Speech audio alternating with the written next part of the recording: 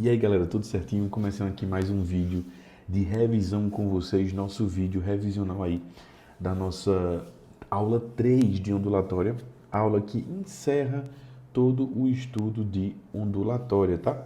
Nessa aula 3 a gente estudou acústica, definimos todos os pontos, todos os fenômenos em si também que acontecem com o som, tá? Fizemos uma análise muito aprofundada e também bem completa de tudo aquilo que pode ser abordado nos vestibulares em termos de ondas sonoras, perfeito? Então, fazendo essa revisão aqui de forma bem rápida, tá? Lembrando a vocês, onda sonora é uma onda longitudinal, não esquece disso, tá? E a onda mecânica, perfeito? Então ela precisa de meio para se propagar. A primeira definição que a gente teve foi justamente como a gente consegue ouvir esse som, tá? Lembra que todo emissor de onda sonora, ele gera duas regiões, né? Uma região de alta pressão, certo, sonora, e uma região de baixa pressão sonora. E a combinação dessas duas regiões faz com que o som chegue no nosso ouvido e a gente escute, tá? De fato, essa vibração sendo transportada pelo ar, perfeito? Isso de fato caracteriza, né, porque o som é onda mecânica, perfeito? E essas regiões aí de alta e baixa pressão, elas recebem um nome, tá? A região de alta pressão a gente chama de compressão e essa região de baixa pressão ela recebe o nome de rarefação, perfeito? Logo em seguida, a gente já foi falar aquele espectro, né, que na verdade não é um espectro, né, é uma demonstração dos sons que são audíveis pelo ser humano, tá? Que vai de 20 até 20 mil Hz. Infrassom, a gente tem aí processos que a gente não escuta, obviamente, o som, mas a gente usa muito no nosso dia a dia em processos de fisioterapia, por exemplo, tratamentos fisioterápicos, perfeito?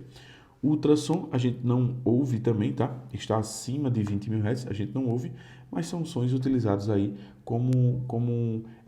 no nosso dia a dia do ser humano, como também uma forma de exames, tá? Exame de ultrassom. Alguns morcegos, algumas baleias, golfinhos usam como localização, tá?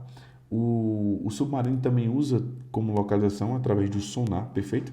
Então, a gente falou isso bem detalhado em sala de aula, tá? Só estou relembrando com vocês que a gente não ouve o infrassom e o ultrassom, a gente não ouve. O som audível vai entre 20 e 20 mil Hz. Então, qualquer som que esteja entre 20 e 20 mil Hz pode ser ouvido pelo ser humano, perfeito?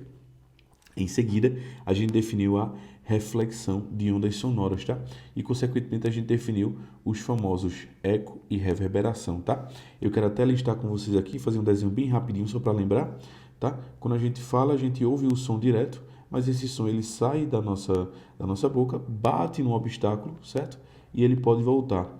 Se ele voltar antes de 0,1 segundos, se ele for e voltar antes de 0,1 segundos, a gente fala que o ser humano não escuta um eco, ele escuta uma reverberação, tá? Que é uma continuação do som. Se eu falar aqui, oi, essa continuação finalzinha, tá? Esse finalzinho do som, a gente chama de reverberação, tá? E se o som for e voltar depois, ou então em um tempo máximo de 0,1 segundos, tá? Tempo mínimo, na verdade, né? Um tempo mínimo de 0,1 segundos ou mais, então o cérebro deu tempo de interpretar o som direto e dá tempo também dele interpretar que o som que está voltando é um som refletido. Então ele mostra a você que isso é um eco, então você escuta um eco, tá? Então, obviamente, em aula a gente definiu tudo isso bem detalhado, tá? Mas eu quero te lembrar que o eco e a reverberação acontecem quando a distância para o obstáculo ela tem ali aquele limite de 17 metros, né? Até 17 metros a gente escuta a reverberação, que é a continuação sonora. Após 17 metros ou mais, na verdade, a gente ouve o eco, tá? Porque deu tempo do cérebro interpretar que os sons são diferentes e ele dá esse resultado aí para você, tá? Do eco, tranquilo? Perfeito. A gente até mostrou como calcular, né, isso em aula, certo? A gente mostrou como é que a gente chegou nesses 17 metros, perfeito? E a gente também falou sobre esse gráfico aqui, né? Esse aqui é o gráfico do eco, onde o som original, ele é muito bem distinguido do som refletido, tá? Isso é o eco. E o som original, ele tem aí uma interseção com o som refletido, então a gente fala que isso aqui é o fenômeno da reverberação. O som original e o som refletido se confundem, o cérebro, na verdade, se confunde nessa diferença desse som e dá esse efeito da reverberação para a gente, perfeito? Tranquilo? Massa. Obviamente a gente falou tudo isso em aula, né? A gente também falou das características sonoras, né? As características sonoras que todo som vai apresentar, porque ele tem aquelas três características de fato que a gente fala que são altura, intensidade e timbre, tá? O Enem ele também gosta de chamar essas características sonoras de qualidades fisiológicas do som, perfeito? Então é bom a gente lembrar de todas elas três, tá? Altura, intensidade e por fim o timbre, tá? São as três características que o Enem gosta muito de citar. Não só o Enem, tá? Todos os vestibulares de forma geral, tá?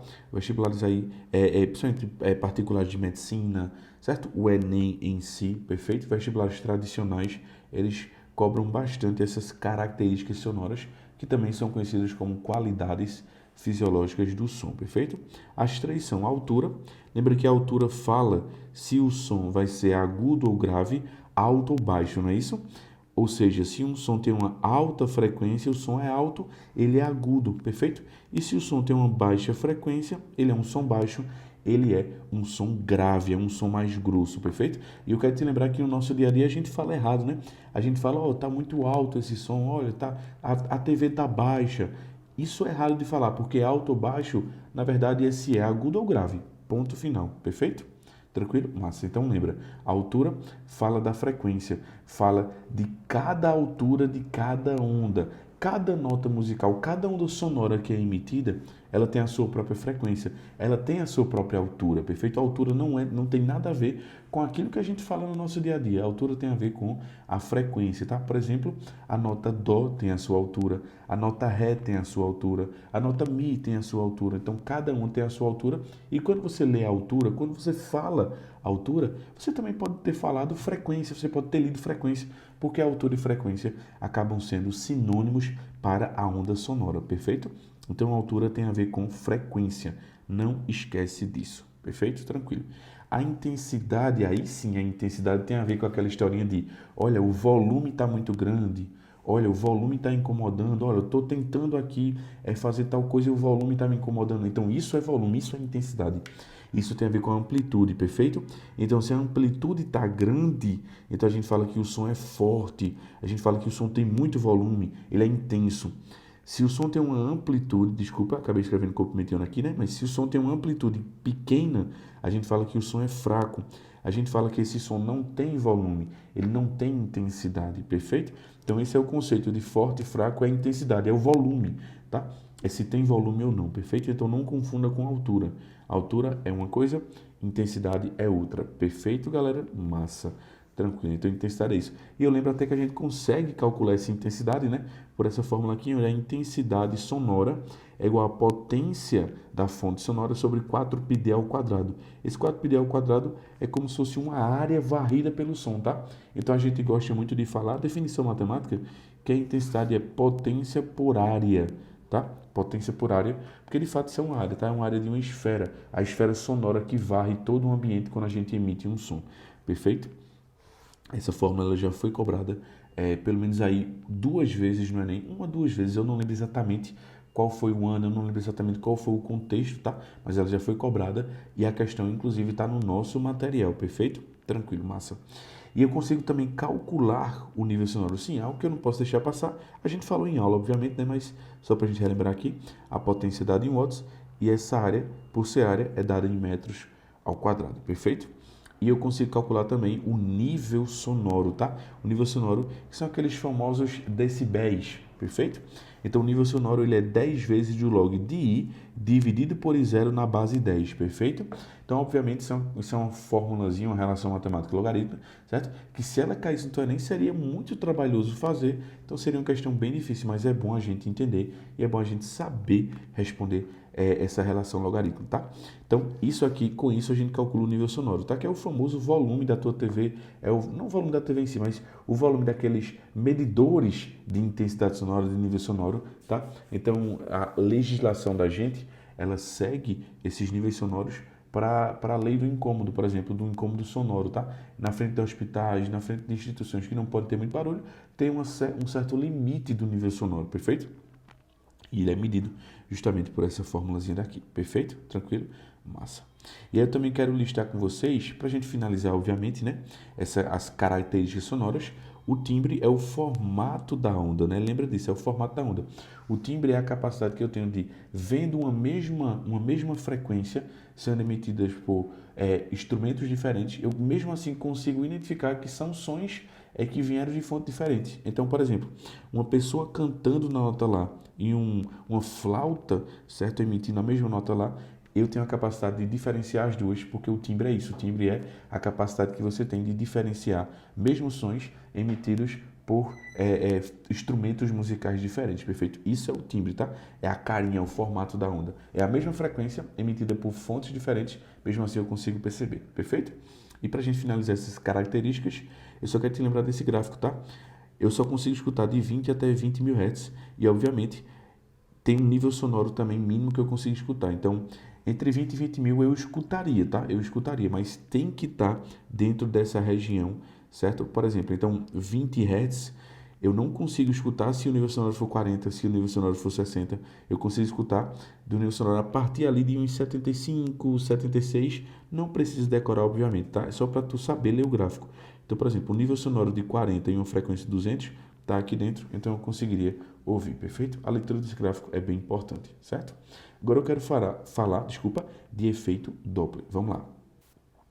Galera, falando do efeito Doppler, lembra que o efeito Doppler acontece quando eu tenho uma fonte emitindo alguma onda. Obviamente, o efeito Doppler acontece tanto com luz como com som, perfeito? Mas nosso foco em aula foi o som, perfeito? Então, eu tenho uma fonte emitindo uma frequência real, certo? E essa fonte, quando ela emite uma onda sonora, ou onda luminosa, também está falando mais especificamente de onda sonora, quando um observador sente, escuta, recebe essa onda, vai chegar nele aquilo que a gente chama de uma frequência aparente, que é uma frequência que é diferente da frequência real, a frequência original emitida pela fonte, tá? E aí eu lembro a tu que quando a fonte se aproxima do observador ou o observador se aproxima da fonte, tanto faz, a frequência aparente sentida pelo observador vai ser uma frequência maior, perfeito? Esse aqui é o observador e a ambulância é a fonte, tá? E quando a ambulância, no caso a fonte, se afasta ou o observador se afasta, a frequência que aparentemente chega no observador é uma frequência menor, perfeito? Vai ser uma frequência menor, tranquilo? Esse é o conceito de Doppler. Então, se existir um movimento relativo entre a fonte e o observador, a gente sabe que a frequência que o observador sente é uma frequência diferente da frequência original. Não esqueça disso, perfeito? E a gente aprendeu em aula como calcular essa frequência aparente, tá? Por essas fórmulas de aqui, mas na verdade em aula eu tentei te ajudar te dando um bisuzinho, tá? Explicando os casos recorrentes e analisando cada situação, tá? Então, se você não aprendeu em aula isso, cara, corre na monitoria, que a gente tem monitoria todos os dias, tá? Para te ajudar, perfeito? Não esquece disso, tranquilo? Show? Massa. E a gente finalizou nossa aula falando das ondas estacionárias. Eu vou para um espaço mais vazio, tá? Só para poder relembrar com vocês nossas ondas estacionárias, certo?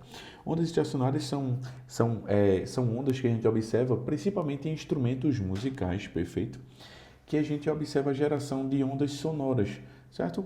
A gente consegue, através dessas ondas, fazer uma música, emitir certas notas musicais e por aí vai, perfeito? Então eu quero te lembrar o seguinte, vê, são 3 tipos de ondas estacionárias que a gente estudou na nossa aula, tá? As ondas estacionárias provocadas numa corda, certo? Numa corda. E eu quero te lembrar que é aquela historinha da corda esticada, certo? E a gente vai provocando vibrações nessas cordas e vai chegando vão surgindo, na verdade, né, esses nossos harmônicos, tá? Que a gente estudou em sala de aula, perfeito? E aí são os harmônicos que são diretamente proporcionais, né? Ou são iguais até, por assim dizer, aos números de ventres, que eu coloquialmente chamei de buchinhos, tá? Em nossa aula, perfeito?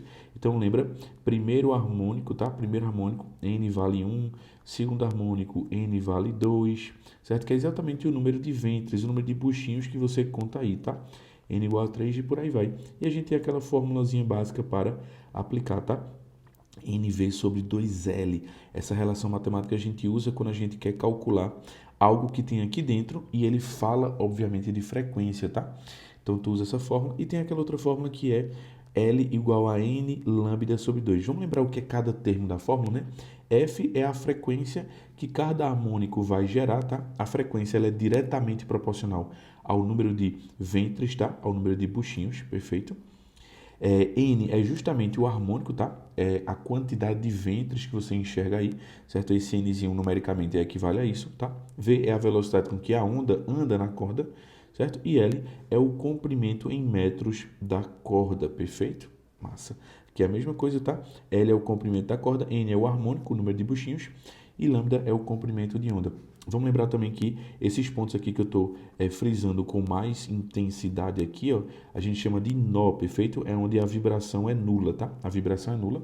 E tu pode também achar o harmônico pelo nó, né? Se são 2 nós, tu subtrai 1, dá o harmônico. Se são 3 nós, tu subtrai 1, dá 2, é o harmônico. Se são 4 nós, tu subtrai 1, tu dá o harmônico, perfeito?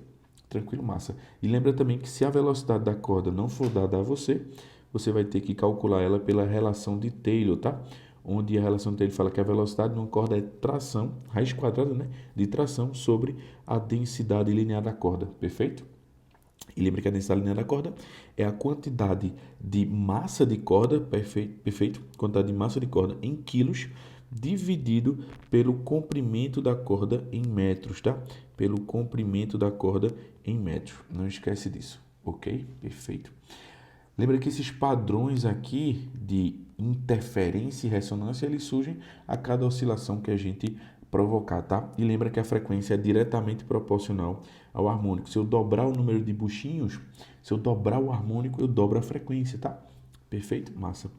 Lembro que no o outro tipo de ondas sonoras, desculpa, de ondas estacionárias, né, que a gente estudou, foram os tubos abertos, tá? Os tubos abertos, eles são bem parecidos com as cordas, só que quem provoca o som não é mais uma corda, são as partículas de ar que estão ali dentro, que são excitadas por alguma diferença de pressão, por um sopro, tá? Que uma pessoa dá nesse instrumento musical, então provoca os harmônicos, tá? E aí a ideia é sempre a mesma, tá?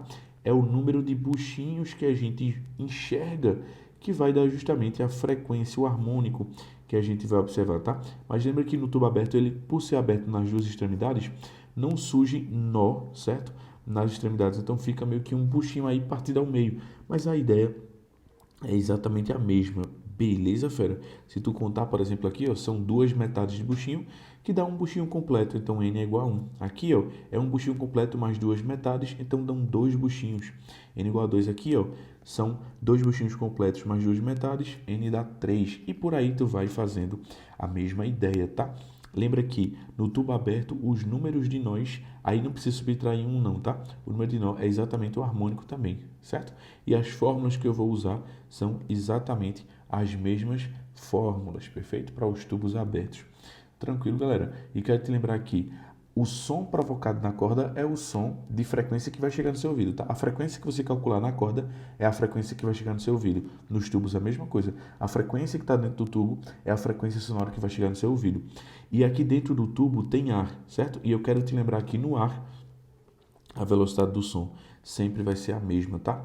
Independente do tipo de som, certo? Independente do tipo de som. Se tu tá emitindo uma nota lá, uma nota dó, uma nota mi, uma nota fá, uma nota sol, qualquer nota musical que você emita, todas essas notas vão ter sempre a mesma velocidade no ar, perfeito? Tranquilo. E para finalizar, eu lembro contigo o nosso tubo fechado, tá? Nosso tubo fechado, ele é fechado em uma extremidade e aberto na outra extremidade. Isso provoca um padrão estranho, tá? A gente vai enxergar um nó nessa extremidade e aberto nessa outra extremidade. Isso provoca justamente aquele conceito de que eu não vou conseguir enxergar sempre buchinhos completos. Eu vou acabar enxergando buchinhos partidos ao meio, certo? Então aqui, por exemplo, o primeiro harmônico, eu não vou contar quantos buchinhos eu tenho. Eu vou contar quantos metade de buchinho eu tenho, tá? Então eu vou enxergar, por exemplo, no primeiro harmônico, N vale 1. No segundo harmônico, vai ser um buchinho completo e meio, mas eu não conto o buchinho completo, eu conto as metades. Então, vai acabar sendo 3. O próximo harmônico, eu vou contar os buchinhos, ó, vou contar os buchinhos, N igual a 5. Você está entendendo o padrão, você está relembrando, na verdade, o padrão qual é? Que não existe mais esse harmônico par, só existe harmônico ímpar, tá? Então, o primeiro harmônico N vale 1. Então já pula para o terceiro harmônico, N vale 3. Já pula para o quinto harmônico, N vale 5.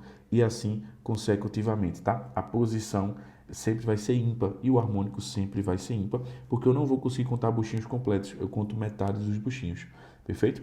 E aí a fórmula também é a mesma, só com uma pequena alteração. Lá embaixo, em vez de ser 2, vai ser 4, perfeito? Então vai ser justamente, deixa eu apagar aqui, vai ser justamente sobre 4 a fórmula, perfeito? Então a gente tem essas duas formulazinhas e lembra, usa a de frequência quando a questão falar de frequência, usa essa que não tem frequência quando a questão não citar frequência, perfeito, galera? Então a gente finaliza por aqui a nossa revisão. Qualquer dúvida, sempre lembra, temos monitorias todos os dias, tanto presencial como também online, não esquece disso, perfeito? Online também no WhatsApp e ao vivo, certo? Qualquer dúvida, entre em contato com a gente. Então, um cheiro a todos e até a próxima, galera. Tchau!